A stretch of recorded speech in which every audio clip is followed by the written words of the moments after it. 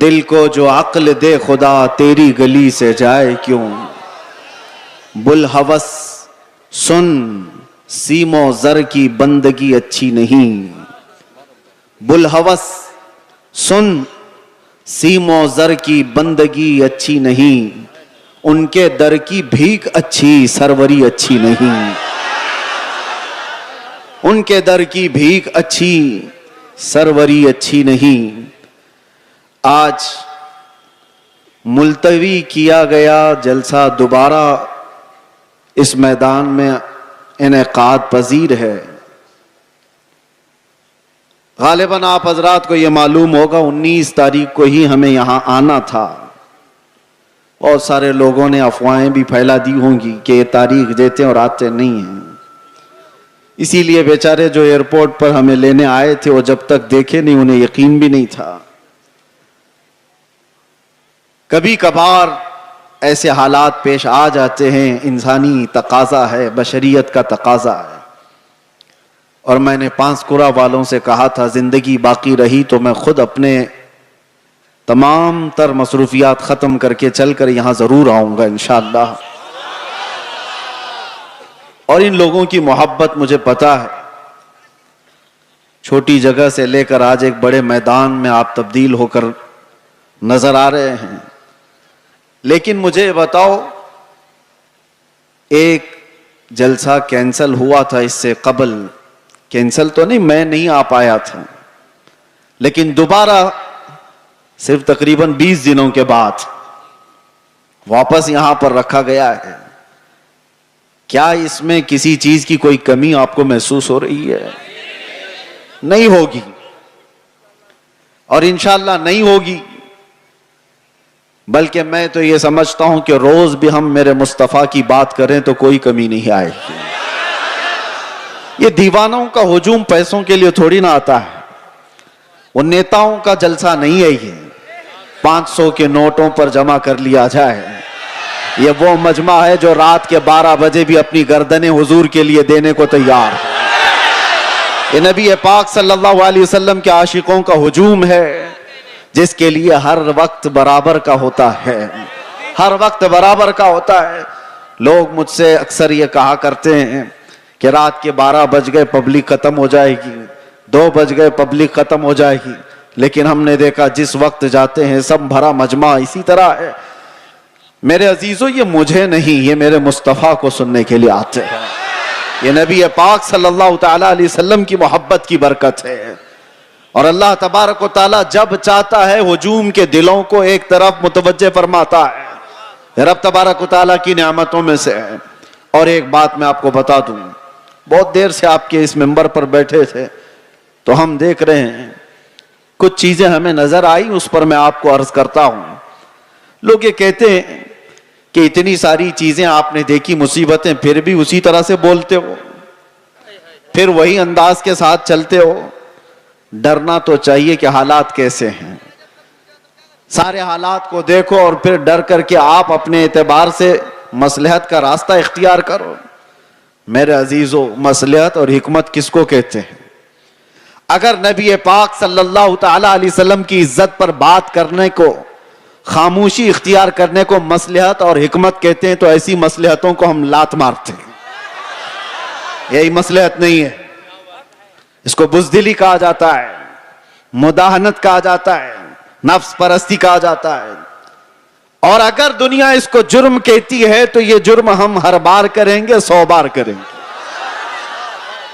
अपने मुस्तफा करीम सल्लल्लाहु तआला अलैहि वसल्लम से मोहब्बत का इजहार जुर्म अगर किसी को लगता है तो ये जुर्म तो हम शौक से करेंगे। ये किसी को लगता हो तो, वैसे तो हकीकत में जुर्म है। लेकिन दुनिया ने आज देखा है कुछ वो लोग भी हैं जिनको आज ऐसे कीड़े काटे हुए हैं कि हम अपने नबी से मोहब्बत का इजहार करें तो भी जुर्म लगता है।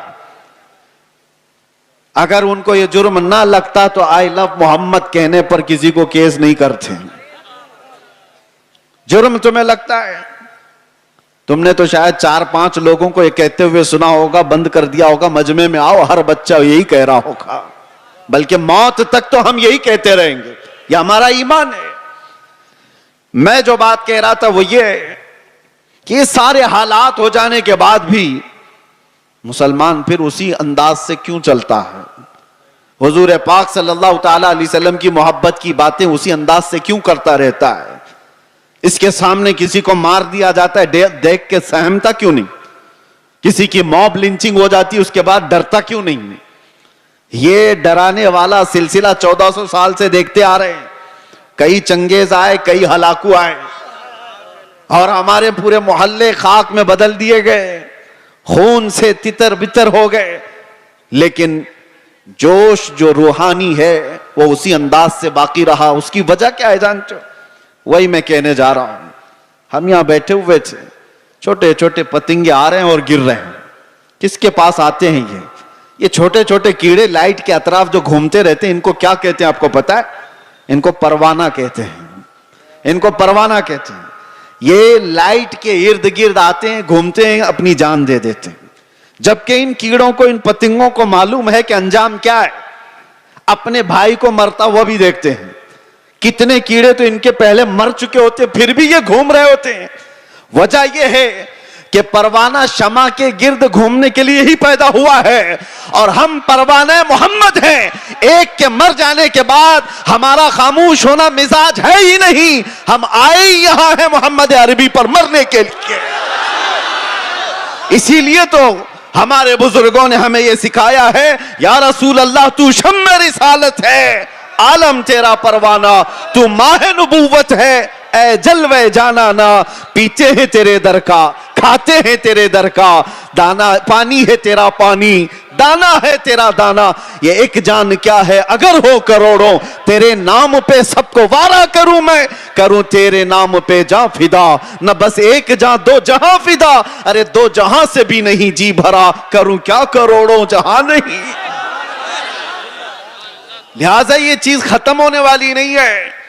इसीलिए शायर ने बहुत पहले ये कहा था कि लोगों ने ये दुनिया में देखा है, सबसे अजीम हस्ती मेरे मुस्तफा करीम सल्लल्लाहु अलैहि वसल्लम के खानदान की, खानदाने मुस्तफा का चश्मो चिराग जो करबला में प्यासा शहीद किया गया, बच्चों समेत कत्ल कर दिया गया। उस हुसैन आजम का उस वक्त जो मकाम था, उनके मकाम को कोई नहीं पहुंच सकता था। उस अजीम हस्ती को शहीद करके क्या इस दीन के धारे को रोक दिया गया? क्या दीन इस्लाम का धारा रुक गया, खत्म हो गया? नहीं हुआ। उसके बाद बहुत सारी अजीम हस्तियां आईं जो राहे खुदा में शहीद होती चली गईं। हिंदुस्तान की सरजमीन भी इससे लाल हुई है।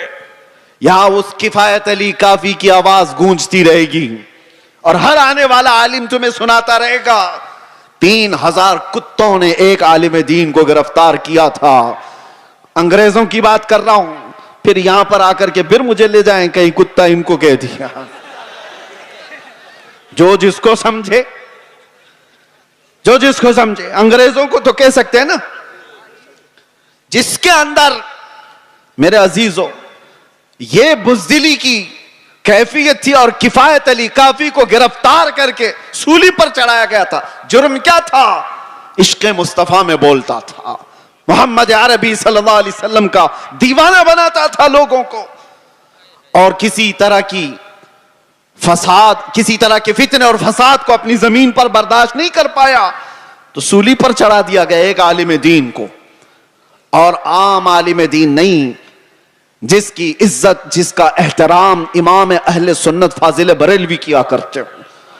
लेकिन मेरे अजीजों, फांसी पर अंग्रेज चढ़ा रहे थे, मजमा देख रहा था, तब भी किफायत अली काफी के पेशानियों पर कोई शिकन नहीं, कोई फिक्र नहीं, ना जिस्म के अंदर कोई कपकपी, खौफ और हिरास, बल्कि फंदे पर चढ़ने से पहले यूं कहा था, कोई गुल बाकी रहेगा न चमन रह जाएगा, पर रसूलुल्लाह का दीने हसन रह जाएगा। सब फना हो जाएंगे काफी वो, लेकिन हश्र तक नाम हजरत का जुबानों पर चलन रह जाएगा। क्या किया अंग्रेजों ने? 8 दिन तक जश्न मनाया था। किफायत अली काफी को हमने फांसी पर चढ़ा दिया। फांसी पर चढ़ाने से पहले 8 दिन तक किफायत अली काफी के जिस्म पर गरम इस्त्री फेरते थे और जब जख्म होता था तो उस पर नमक छिड़कते थे। उस आलिम दीन को उन्होंने बहुत आजमाइशों में मुब्तला किया, लेकिन वो टस से मस नहीं हुआ। शहीद होने के बाद 8 दिन तक तो जश्न मनाते रहे, ये सोचते हुए कि अब जगाने वाला खत्म हो गया, एक ऐसा जो बोलने वाला था बंद हो गया। उन जालिमों को खुदा का ये दस्तूर नहीं मालूम। मुरादाबाद शहर में इन्होंने इस किफायत अली काफी को फांसी पर चढ़ाया था, और वही जमाना है 100 किलोमीटर दूर बरेली में अल्लाह ताला इमाम अहमद रजा को पैदा कर रहा है। और वो इमाम अहमद रजा जब जवानी में तशरीफ लाए तो फिर पूरी कौम की गुत्थियों में इश्क़े मुस्तफा पिला दिया। हर जगह से आवाज आने लगी, हर जगह से आवाज आने लगी, सबसे आला वो औला हमारा नबी, सबसे बाला वो बाला हमारा नबी। बच्चे बच्चे की जुबानों पर इश्क़ मुस्तफा सल्लल्लाहु ताला अलैहि वसल्लम की सदाएं गूंजने लगी। मैं मिसाल इसलिए अर्ज कर रहा हूं, सारे मिलकर के इन चिरागों को बंद करने की कोशिश करते रहेंगे तब भी यह मुमकिन नहीं। मेरा रब कुरान में फरमाता है, ये अपने मुंह के फूकों से अल्लाह के चिराग को बुझाना चाहते हैं, और अल्लाह सुबह क़यामत तक अपने चिराग को रोशन रखेगा।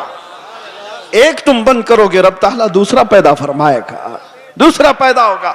इसलिए हमें अपनी फिक्र नहीं है, हमने जो जीना था वो जी लिया है। मगर ऐ मुसलमानों, आपसे मैं ये गुजारिश करूंगा, इस जमाने में तुम्हारे लिए सबसे बड़ी दौलत जिसका हर डाकू इंतजार में है लूटने के लिए, हर चोर तुम्हारे पीछे है छीनने के लिए, वो दौलत तुम्हारी टोपी, तुम्हारी दाढ़ी, तुम्हारे कुर्ते, तुम्हारे जुब्बे, तुम्हारे घर गाड़ी बंगले नहीं है। आला हजरत को सुनो, कहते हैं आंख से काजल साफ चुरा ले, यहां वो चोर भला के हैं, तेरी गठरी ताकी है और तूने नींद निकाली है। कौन सी चीज है जिसके सब चोर दुश्मन अतराफ में हैं? कौन सी चीज छीनना चाहते हैं? 100 साल पहले इकबाल ने भी इसका इशारा करके कहा था। अंग्रेज ये कहते थे, ये फाका कश मौत से डरता नहीं जरा। सबको पता है ये मौत से डरने वाली कौम है ही नहीं। हमारे कंधे पर कफन हुआ करता है। डर उसको हो जिसे लगे कि मौत के बाद अंधेरा अंधेरा अंधेरा। डर उस कौम को क्या लगे, इधर आंखें बंद हो उधर मुस्तफा का दीदार हो, उसे डर नहीं। दुनिया ये जानती है। तो अंग्रेज क्या कहते थे, ये फाका कश, भूखा रहता है, प्यासा रहता है, मौत से डरता नहीं जरा। कौन सी चीज है इसको जो निडर बनाई हुई है? कौन सी चीज है जो इसको बेखौफ बनाई हुई है? इकबाल कहते हैं, रूहे मोहम्मदी इसके बदन से निकाल दो। वही कहता था अंग्रेज, रूहे मोहम्मदी इसके बदन से निकाल दो। और आला हजरत भी वही कहते हैं, आंख से काजल साफ चुरा ले। आंख से काजल चुराने का मतलब क्या है? अरे ये डब्बी वाला काजल नहीं, एक मोमिन की आंख का काजल इश्क मुस्तफा हुआ करता है। मोहब्बत मुस्तफा अगर तुम्हारे पास है तो तुम्हारी आंखों का काजल है। और इसी के चोर अतराफ में घूम रहे हैं, इसी के चोर, इसी के डाकू। अब तो जमाना ऐसा आएगा कि लोग मुदाहनत पसंद ऐसे होंगे। मियां क्या जरूरत है ऐसी बातें करने की, क्या जरूरत है? याद रखना, ये तमाम मसलहत पसंदी को मैंने दूसरे मुल्कों में देखा है।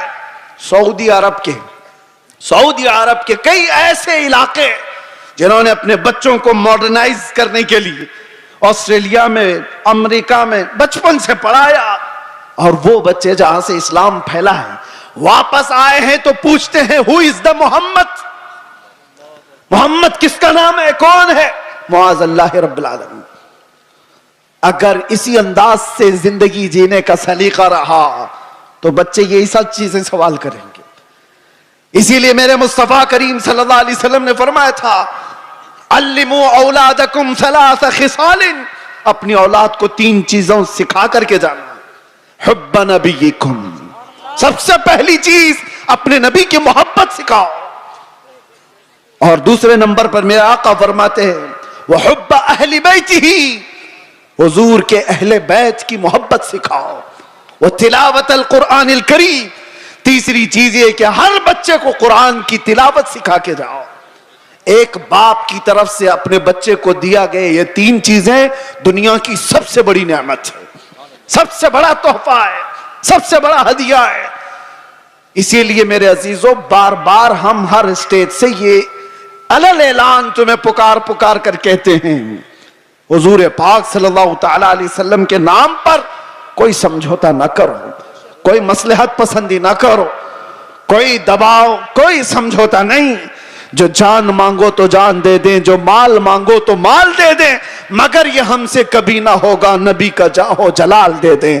जब तक ये सिफत तुम्हारे अंदर बाकी रहेगी, इंशाअल्लाह कोई कौम तुमको सफ़ह हस्ती से मुकम्मल मिटा ना सकेगी, नहीं होगा। लेकिन एक बात और समझ के चलो, इकबाल की यह बात बहुत पक्की है, अगर इस रिश्ते से तुम दूर होते चले गए, जो मदीने से तार हमारे जुड़े हुए हैं, इससे दूर होते चले गए, होगा क्या? उनके जो हम गुलाम थे, खल्क के पेशवा रहे। हुजूर के जब हम गुलाम थे, पूरी मखलूक के आका हम कहलाते थे। उनके जो हम गुलाम थे, खल्क के पेशवा रहे, उनसे फिरे जहां फिरा, फिर आई कमी वखार में। जैसी ही हुजूर से चेहरा फेर लिया, दुनिया ने हमसे चेहरा फेर लिया, इज्जतों में कमी आई है। आपको क्या लगता है ये इज्जतें आज हमें जो इस मिंबर पर बैठने की मिली है, या हमारी पगड़ियों से मिली है, या हमारे जुब्बों की वजह से मिली है? इससे बेहतरीन लोग भी पहनते होंगे। हमें जो इज्जतें मिली हैं इन पगड़ियों से नहीं, वो नाम मुस्तफा की बरकत है। आबरूए मां ज़नामे मुस्तफास्त, इकबाल ने कहा था, हम सब की इज्जत और आबरू हुजूर के नाम से वाबस्ता है। और अगर हुजूर पाक सल्लल्लाहु तआला अलैहि वसल्लम की इज्जत ही ना रही, तो हम अपनी इज्जत का क्या करेंगे? हमारी कोई अपनी इज्जत नहीं। हमें दुनिया हुजूर पाक सल्लल्लाहु तआला अलैहि वसल्लम के गुलाम की हैसियत सी पहचान थी, और इस पहचान को जिंदा रखना यह हमारा फरीजा है। इस पहचान को बाकी रखने में हम हर कसर पूरी करें। इसीलिए मैंने कहा था अभी चंद दिनों कबल, आपके सामने दोहराता हूं, चंद दिनों पहले, वो तो मैं बाहर आने के बाद कैद से पहली मर्तबा बंगाल आपके सामने आया हूं, लेकिन आपको एक बात बता रहा हूं। अभी मैंने कहा अंग्रेजों के मुतालिक, हमारी जुबान से निकल जाता है कुत्ते का लफ्ज, निकल जाता है, और सबको पता है। इसी बात पर मुझे 8 महीने अंदर रख दिया। मैं कहता हूं, मेरे अजीजों, अलल ऐलान कहता हूं, दुनिया को, सबको कहता हूं, अगर तुम्हें कहना है, मुझे एक बार नहीं 1000 बार कुत्ता कहो, दरबारे रिसालत का, मोहम्मद अरबी का, हमें जरा बराबर भी फर्क नहीं पड़ेगा, बल्कि हम तो उसको दुनिया का सबसे बड़ा लक़ब समझेंगे, सबसे बड़ी इज्जत है। सगे तैबा सब मुझे कह कह के पुकारे बेदम, यही रखियो मेरी पहचान मदीने वाले, यही रखियो मेरी पहचान मदीने वाले। मैं तुमसे पूछता हूं, अगर तुम्हें बारगाह मुस्तफा का कुत्ता कहा जाए तो किसी को शर्म आएगी? किसी को ऐब लगेगा? वजह यह है कि हम इन निस्बतों पे फख्र करते हैं। मैं उनसे कहता हूं, तुम्हें अगर इस बात पर शर्म आती है तो ऐसी निस्बतों को छोड़ो। जिनको यह लगता है, ऐब लगता है, वो इन निस्बतों को छोड़े। आए जहां पर बंदा हुजूर के दरबार में अपने आप को कुत्ता भी कहता है तो उसे फख्र महसूस होता है, लेकिन इसका मतलब ये नहीं। हमने बारगाह मुस्तफा में अपनी निस्बतें खाकिस्तर होने के अंदाज से पेश तो की, मगर मेरे मुस्तफा की गैरत देखो। रसूल पाक सल्लल्लाहु अलैहि वसल्लम ने हमें मजमे में कुत्ते की हैसियत से नहीं पेश किया, जिस मजमे में गए शेर की हैसियत से पेश फरमाया। ये सिर्फ हमारे लिए नहीं है, जो भी बारगाह मुस्तफा की निस्बत पर फख्र करता है, दुनिया उसे हल्के में नहीं लेगी, फिर अल्लाह तबारक व तआला उसकी इज्जतें बढ़ा देता है। आला हजरत ने जिंदगी भर बारगाह मुस्तफा में अपनी निस्बतों पर फख्र किया है, और गौसियत मआब के दरबार पर निस्बत जोड़ते हुए क्या कहा था बरेली के ताजदार ने? गौसे पाक के दरबार में क्या कहा था पता? हम तो कह देते हैं गौस पाक का मुरीद हूं, गौस पाक के सिलसिले का मुरीद हूं। मुरीद होना, खादिम होना, ये अपनी जगह पर, वक्त का मुजद्दिद, जिसको अल्लाह तबारक तआला ने 55 से ज्यादा उलूम व फनून पर महारत दी है, 1000 से ज्यादा किताबें लिखाओ, तकवा और तहारत का इमाम, लेकिन गौसे पाक के दरबार में जब बात करनी हो तो यूं कहता है, ऐ गौसियत मआब, तुझसे दर, दर से सग, और सग से है मुझको निस्बत। सग किसको कहते हैं? सग कुत्ते को कहते हैं। आला हजरत कहते हैं, या गौस तुझसे दर, दर से सग, और सग से है मुझको निस्बत। मेरी गर्दन में भी है दूर का डोरा तेरा, और इस निशानी के जो सग हैं नहीं मारे जाते। सग का मतलब कुत्ता फारसी में। आला हज़रत कहते हैं इस निशानी के जो कुत्ते हैं मारे नहीं जाते। हश्र तक मेरे गले में रहे पट्टा तेरा, जिसके पास भी ये निस्बत मौजूद है वो मारे नहीं जाते, पकड़े नहीं जाते। म्यूनिसिपैलिटी बेल्ट वाले कुत्ते को नहीं उठाती है। हाँ, इंजेक्शन उसको मारा जाता है जो आवारा है, दूसरों को काट खाने दौड़ता है, लेकिन जिस कुत्ते के गले में पट्टा होता है उसे छोड़ दिया जाता है। वो निशानी है कि इसका कोई मालिक है, ये किसी का पाला हुआ है। इसीलिए आवारा मत रहो, उन निस्बतों पर फख्र करो कि दुनिया देखकर ही कहे ये मदीने वाला। इसे ना छेड़ो, ये दरबारे रिसालत में बिका हुआ है, इसे ना छेड़ो। कई ऐसे मामलात थे मेरे अजीजों, सहाबा इकराम रिदवानुल्लाह ताला अलैहिम अजमाइन, बहुत छोटी तादाद में। एक मैं वाकया बताता हूं हदीस पाक में। हजरत सलमा बिन अकवा रदियल्लाहु ताला अन्हु हुजूर के एक ऐसे सहाबी हैं, आला हजरत ने उनका पूरा तफसील से वाकया लिखा है। सलमा बिन अकवा एक सहाबी ऐसे हैं जिनको राजिलु रसूलिल्लाह कहा जाता था, यानी ये हमेशा हुजूर की फौज में पैदल चलने वाले साहबी, कभी सवारी नहीं करते थे, पैदल। इत्तेफाक ऐसा हुआ, कार्रा का रहने वाला एक अब्दुर्रहमान नाम का शख्स, वो मदीने पर हमला आवर हुआ, 400 लोगों को लेकर आया। 400 लोगों को रात के वक्त में मदीने के बागीचों पर हमला किया और खजूरें जमा किया। 400 लोगों की तादाद बड़ी होती है। मदीने में लोग सो रहे हैं उस वक्त। इत्तेफाक ऐसा कि ये कार्रा के रहने वाले इन मुनाफिकों और काफिरों की फौज लूट मार करके लौट रही थी, तो सलमा बिन अकवा ने देख लिया। होना क्या चाहिए, गांव का एक आदमी जाग रहा है तो लोगों को जगाए कि इतनी बड़ी फौज मदीने के बागीचों से खजूरें लेकर जा रही है, लोगों को जगाए। सलमा बिन अकवा ने किसी को जगाया नहीं, तन्हाई 400 के पीछे दौड़ पड़े, सबके पीछे दौड़ पड़े। और हैरत की बात है कि 400 दौड़ भी रहे हैं, एक नबी पाक के गुलाम से डर करके दौड़ भी रहे। दौड़ते दौड़ते इतनी दूर चले गए कि मदीने से भी निकल गए। वो खजूरें उठाए भाग रहे और सलमा बिन अकवा उनके पीछे पड़े हुए। एक सहाबी की हैबत कितनी थी कि 400 दौड़े जा रहे हैं। सुनने में आपको हैरत होती है कि नहीं? 400 दौड़े दौड़े चले तो गए, एक मकाम ऐसा आया कि सब इधर उधर हो गए, 10 इधर, 15 इधर, 20 इधर, लेकिन सलमा बिन अकवा किसी का पीछा नहीं छोड़ रहे। जो थक करके गिरता था उसकी गर्दन पे पांव रखते थे, और इसी तरह पता नहीं कितने गिरा दिए और दौड़ाते रहे। अब्दुर्रहमान कारी ये पहाड़ पे चढ़ने लगा और पीछे मुड़ करके कहा कि ऐ शख्स तुझे क्या चाहिए, क्यों इतना दौड़ा रहा है? कहा जब तक तुम्हारे पास मदीने की एक खजूर भी बाकी रहेगी नहीं छोड़ूंगा, एक खजूर भी बाकी रहेगी नहीं छोड़ूंगा। क्या हिम्मत है, क्या हैबत है।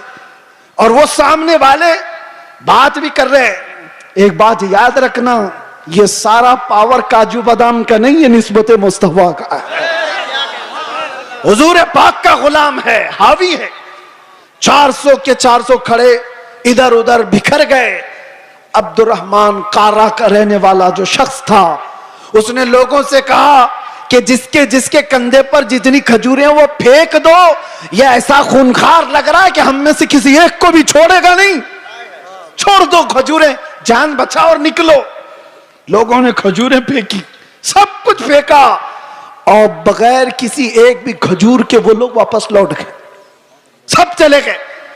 ये सलमा बिन अकवा सारी खजूरें जमा कर रहे हैं, और उठाने जितनी उतनी, इतना ज्यादा वजन है कि एक आदमी उठा ना सके, खींचते हुए मदीने की तरफ लेकर के आ रहे हैं। रास्ते में एक और सहाबी हजरत अबू कुतादा मिल गए, पूछा कि किधर से आ रहे हो सलमा बिन अकवा? कहा ऐसा ऐसा हाल हो गया था रात को, और मैं उनका पीछा किया और सबकी खजूरें वापस लेकर के आ रहा हूं। वो मुस्कुराए, अरे बोलना तो चाहिए था, और भी तो लोग आते तुम्हारे साथ। तो सलमा बिन अकवा ने कहा मुस्तफा की मोहब्बत पर भरोसा है, अकेला ही काफी था, मुझे वक्त नहीं मिला किसी को उठाने का, मैं खुद ही दौड़ पड़ा। लेकिन सलमा बिन अकवा ने पूछा अबू कुतादा तुम कैसे आ गए?